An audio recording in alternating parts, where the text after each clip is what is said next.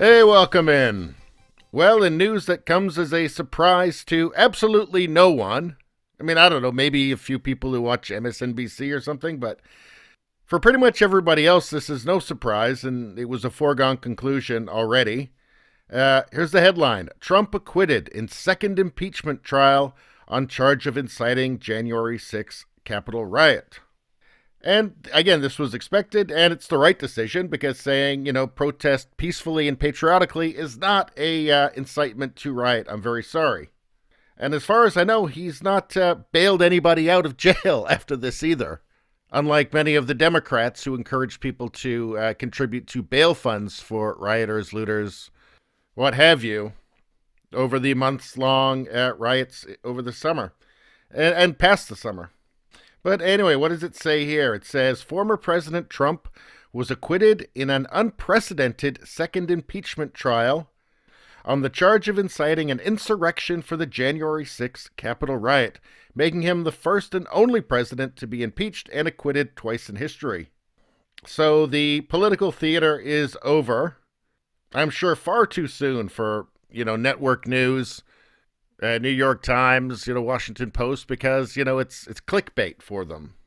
And, they're going to struggle mightily with no orange Satan for them to be constantly attacking.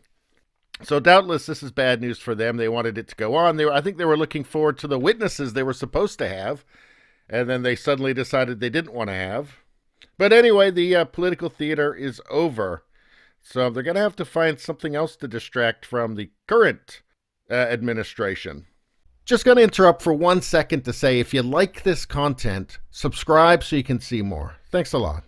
Let's see. A majority of senators found Trump guilty on Saturday in a 57-43 vote, but the number fell short of the supermajority needed to convict the president.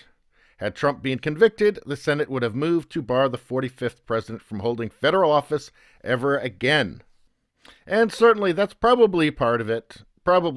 Also, though, it's the distraction as well from what the current administration is doing. I mean, the border stuff may not be going over super well during a pandemic. The getting money out to people thing may not be going super well. Unions deciding that maybe he's not so great after all. That's something to be distracted from. But anyway, this is over now. So the 7 GOP senators who joined with all Democrats in finding Trump guilty were Senator Richard Burr of North Carolina, Bill Cassidy of Louisiana, Susan Collins of Maine, Lisa Murkowski of Alaska, Mitt Romney of Utah, Ben Sasse of Nebraska, and Pat Toomey of Pennsylvania. And I've got a feeling there's going to be a lot of voters who are not super pleased with them. Let's see. Trump praised the victory, thanked his supporters, and promised he'd soon emerge with a vision for a bright, radiant, and limitless American future. Which is a little bit more of a positive message than everybody's a Nazi, which seems to be what's coming from, again, the current administration.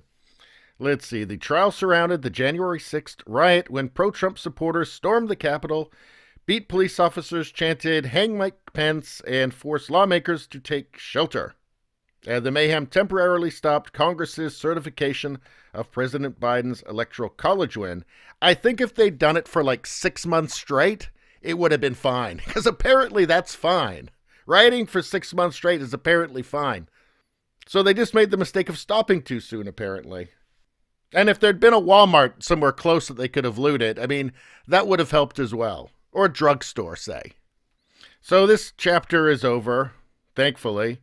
And you just have to wonder, what will it be next? So what will, like Pelosi and Schumer and mainstream media and big tech, what will they cook up next? Because something's coming. I'm not sure they're ready to let Trump go quite yet, because they don't really have anything else, right? They just have opposition to Orange Man. That unity thing isn't going very well. It really isn't going very well at all. It's almost as if they don't want it to go well. It's almost as if, dehumanizing everybody who didn't vote for Biden isn't uniting. I know that's shocking, right? It's totally shocking. But anyway, that's all I got to say about that. Thanks for stopping in. Please subscribe, like, and share. That really helps me out.